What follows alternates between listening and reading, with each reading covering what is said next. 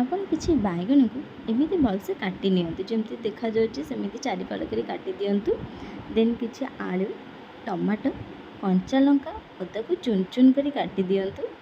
ଆଉ ଗୋଟେ ବାଉଲରେ ସବୁ ଆଳୁ, କଞ୍ଚା ଲଙ୍କା, ଟମାଟୋ, ଅଦା ଯାହା ବି ଆପଣ କାଟିଛନ୍ତି ତାକୁ ପକାଇ ଦିଅନ୍ତୁ। ଆପଣ ଚାହିଁଲେ ଏଥିରେ ପିଆଜ ଆଡ଼୍ କରିପାରିବେ, ଯେହେତୁ କାର୍ତ୍ତିକ ମାସରେ ଆମେ ପିଆଜ ଖାଉନୁ, ତେଣୁ ଆମେ ପିଆଜ ଆଡ଼୍ କରୁନୁ। ପିଆଜ ପକାଇଲେ ଆର ଟେଷ୍ଟ ଆହୁରି ଅଧିକ ଭଲ ମଧ୍ୟ ଆସିବ। ଦେନ୍ ଆ ଦେହରେ ଆପଣ ହଳଦୀ ଗୁଣ୍ଡ ଆଡ଼୍ କରି ନିଅନ୍ତୁ, ଗରମ ମସଲା ଆଡ଼୍ କରି ନିଅନ୍ତୁ, ଆଉ ଆପଣଙ୍କର ସ୍ୱାଦ ଅନୁସାରେ ଲୁଣ ଆଡ଼୍ କରି ନିଅନ୍ତୁ। ଯେତିକି ଆପଣଙ୍କୁ ଦରକାର ସେଇ ଅନୁସାରେ ଆପଣ ଆଡ଼୍ କରି ନେଇପାରିବେ। ଦେନ୍ ଆକୁ ଭଲସେ ହାତରେ ମିକ୍ସ କରିଦିଅନ୍ତୁ, ଯେମିତି ମସଲା ଗୁଡ଼ିକ ଚାରିଆଡ଼େ ହେଇଯିବ ଆଉ ଗୋଟେ ମାନେ ଲୁଣ ଫୁଣ ରହିବନି।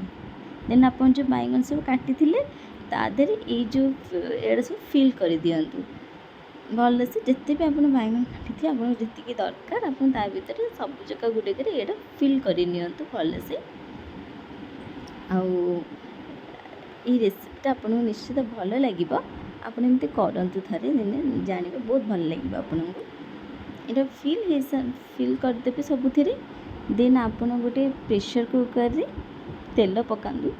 ତେଲ ଗରମ ହୋଇସାରିଲା ପରେ ଆପଣ ଏଇ ଯେଉଁ ବାଇଗଣ ଗୁଡ଼ାକ ଫିଲ୍ କରିଥିବେ ସେଗୁଡ଼ା ସବୁ ପକାଇ ଦିଅନ୍ତୁ। ତାକୁ 1 ମିନିଟ୍ ପାଇଁ ଟିକେ ଘୋଡ଼େଇକି ରଖିଦିଅନ୍ତୁ। 1 ମିନିଟ୍ ହେଇସାରିଲା ପରେ ତାକୁ ଭଲସେ ଘାଣ୍ଟି ଦିଅନ୍ତୁ, ଯେମିତି ବାଇଗଣଟା ତଳେ ଲାଗିବନି। ଏମିତି ଆପଣ ତାପରେ ଆପଣ ଯେଉଁ ଅଲଗା ଫିଲଟା ବଳିଥିବ ନା ତା ଦେହରେ ପ୍ରେସର୍ରେ ପକାଇ ଦିଅନ୍ତୁ। ପକାଇ ସାରିଲା ପରେ ଆପଣ ସେମ୍ ପ୍ରୋସେସ୍ ପୁଣି ରିପିଟ୍ କରନ୍ତୁ। ଏମିତି 2-3 ଥର ଆପଣ ରିପିଟ୍ କରନ୍ତୁ, କାହିଁକିନା ତଳେ ଲାଗିଯିବ ପ୍ରେସର୍ରେ ସବୁ ଜିନିଷ ଗୁଡ଼ା। ତେଣୁ ଆପଣ ମଝି ମଝି ତାକୁ ଘାଣ୍ଟିବେ ଯେପର୍ଯ୍ୟନ୍ତ ଟିକେ ନରମ ନ ହେଇଛି। ଆପଣ ସେମିତି କରୁଥିବେ। ଟିକେ ନରମ ହେଲା ପରେ ଆପଣ ତାକୁ ପାଣି ଆଡ଼୍ କରିଦେବେ।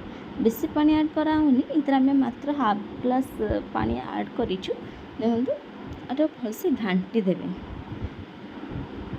ଭଲସେ ଘାଣ୍ଟି ଦେଇକି ଆପଣ ପ୍ରେସର୍ରେ ହାଇ ଫ୍ଲେମ୍ରେ ଗୋଟିଏ ହୁଇସିଲ୍ ଦେଇଦିଅନ୍ତୁ। ଆଉ ଦେଖନ୍ତୁ କେତେ ସୁନ୍ଦର ହେଇଛି, ଆଉ ଆପଣଙ୍କ ପାଟିକୁ ବହୁତ ଟେଷ୍ଟ ଲାଗେ। ଆପଣ ତ